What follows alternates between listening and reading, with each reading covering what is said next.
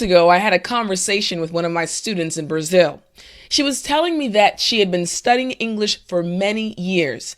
She had attended institutes, she had purchased books, and she knew lots of vocabulary words, but for some reason she wasn't able to speak English like a native English speaker. Basically, she wasn't able to speak English in real life. Well, maybe you have experienced the same thing. You've been studying English books, you've learned lots of English grammar, and you even know lots of vocabulary words. But for some reason, you're still not able to speak English in real life situations. Well, today's lesson is just for you because I'm going to teach you 5 simple steps to actually speak English in real life. I'm Teacher Tiffany. Let's jump right in.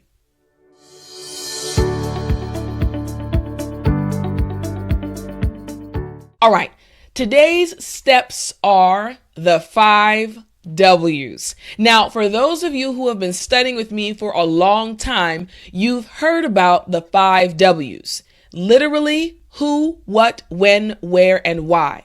These are the 5 simple steps. Now, I'm going to show you actually how to use these in real life situations. So let's say, for example, we have this situation right here. A real life situation.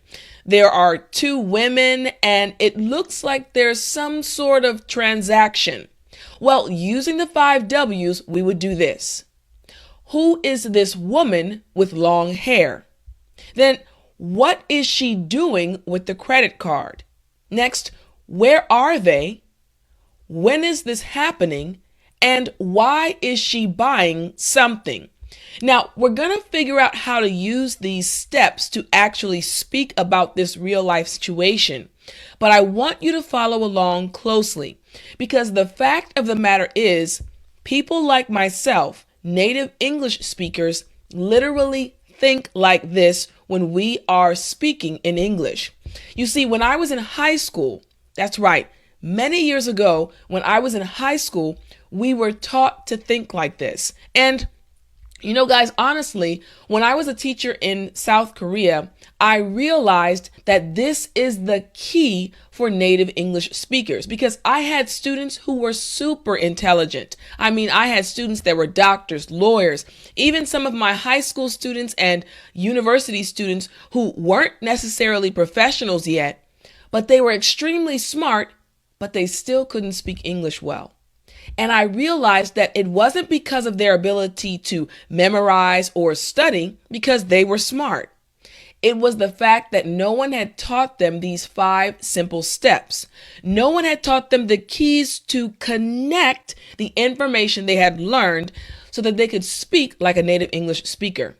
So that's why I came up with these 5 simple steps to teach to you. And my students, once they followed these 5 simple steps, they excelled and were able to speak English in real life situations. So let's go back to the picture and see how it actually worked, okay? When I taught them this tip. So let's again look closer. So we have the who, the first step. Who is this woman with long hair? So again, we're guessing because we're looking at the image. I said maybe she's a college professor or a stylish stay-at-home mom or even an entrepreneur. Now, again, guys, I'm just giving my guesses. I don't know this woman, but I'm looking at this image and I'm creating an idea or I am creating a situation.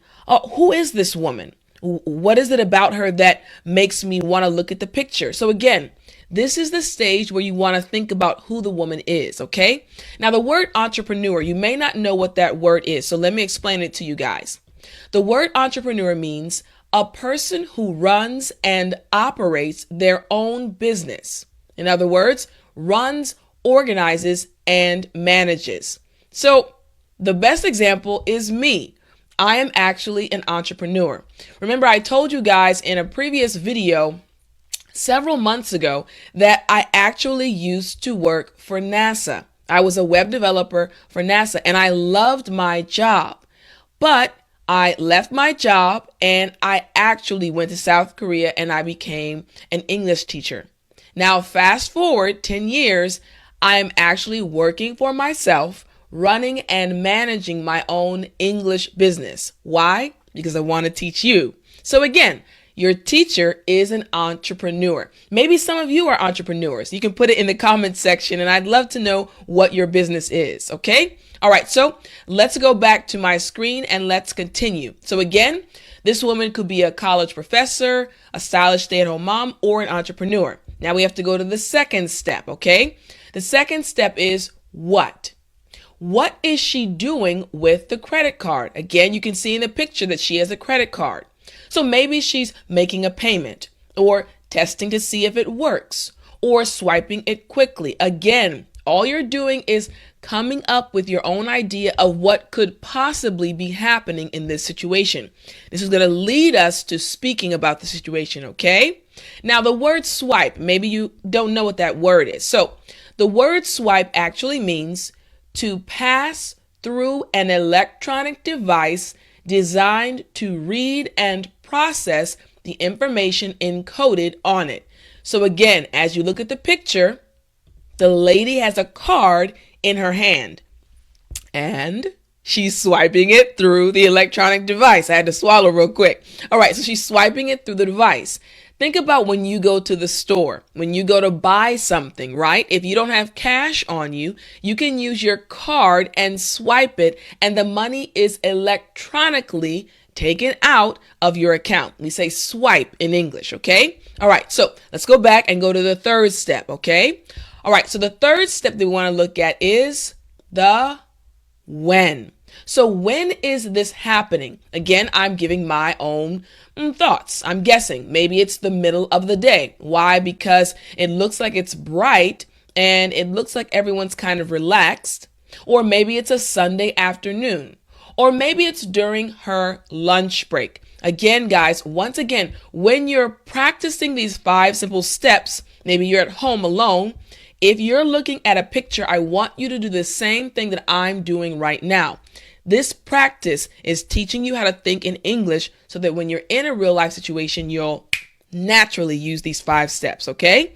All right, so lunch break. Now, I want to explain this to you guys really quickly, okay? So the term lunch break just means the time when a person stops working or studying to have lunch or run errands, okay? Now, the word errands just refers to things that you have to do outside of the house. Maybe you have a list of to-dos. Basically, it's a to-do list, and these are things that you must do. For example, let's say I need to get some groceries. I need to take my clothes to the dry cleaners.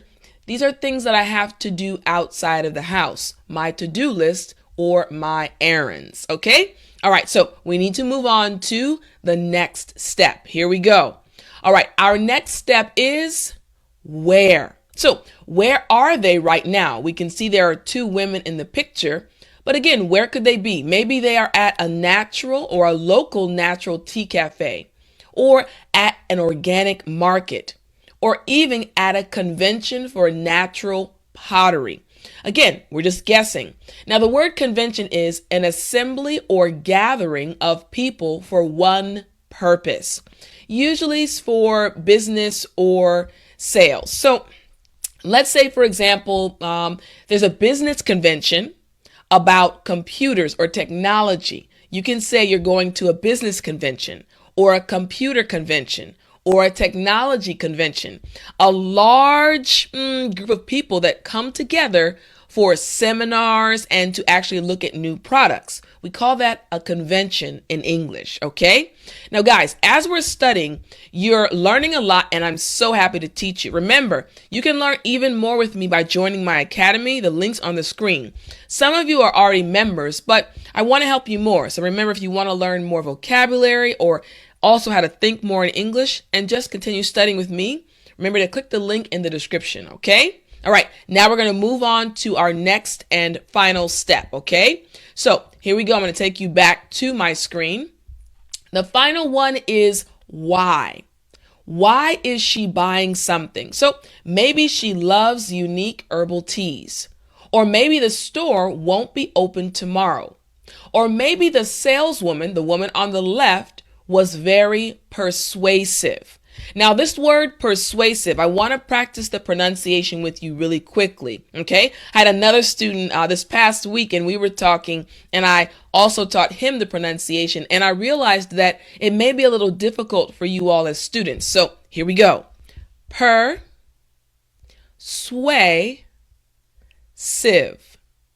One more time, a little slow. Here we go. Persuasive. Excellent job. Now, one more time quickly. Here we go. Persuasive. Great job. Now, let's look at the meaning of this word persuasive because it's a common English word that we use here in America, okay? So, the word persuasive is good at convincing someone to do or believe something through reasoning. Now, remember, I said the saleswoman was persuasive. So, again, for me, as I looked at this picture, I thought to myself, the saleswoman was really good at convincing this lady to make a purchase. She was very persuasive. You got it? Okay, now guys, so we've went through the 5 simple steps as the creative side, right? We've thought about what is going on in this picture, right? Now we need to connect and speak about the picture. This is where it gets exciting. Okay, so back to my screen. Here we go. So again, we have all the examples and we have the who, what, when, where, and why. I've written out all of my thoughts for each of the 5 W's or each again of the 5 steps. All right. So now let's select. Let's say, for example, I select that she's a college professor. She's testing to see if it works, referring to her card. It's the middle of the day. She's at a convention for natural pottery, and the saleswoman was very persuasive. Okay, now again, guys, I just chose these randomly, right? And I'm gonna turn them into my statement. Here we go. All right, here's my statement. In the middle of the day, a college professor decided to stop by a convention for natural pottery. While there, she met a saleswoman who was very persuasive. So she was testing her car to see if it worked. Now, guys, if I had said that at the very beginning, you may have felt like, teacher, I'll never get there because I can't speak like a native English speaker. Well, now you can because all I did was connect the 5 simple steps, the 5 W's, and I made this very good response or description of the picture. And you can do the same thing. Now, I'm going to show you 2 more ways that I could describe this picture, okay? So here we go. I'm going to change it up. Now, let's say, for example, I say she's an entrepreneur.